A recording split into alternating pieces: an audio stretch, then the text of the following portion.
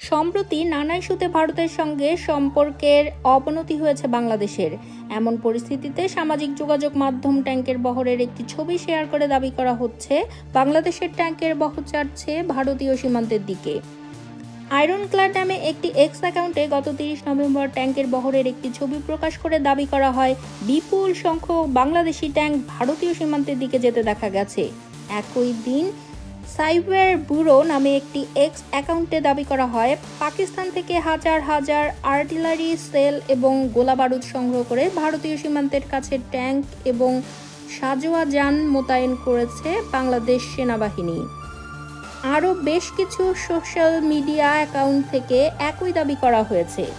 তবে এই দাবি সঠিক নয় বলে নিশ্চিত করে তথ্য যাচাইকারী প্রতিষ্ঠান ফ্যাক্টস ওয়াচ। তাদের এক প্রতিবেদনে বলা হয়েছে 2017 সাল থেকে বাংলাদেশের সামরিক সক্ষমতার সংবাদে ছবিটি বিভিন্ন গণমাধ্যমে ব্যবহৃত হয়েছে। 2017 সালে দৈনিক প্রথম আলোর একটি খবরে ছবিটি ব্যবহার করা হয়।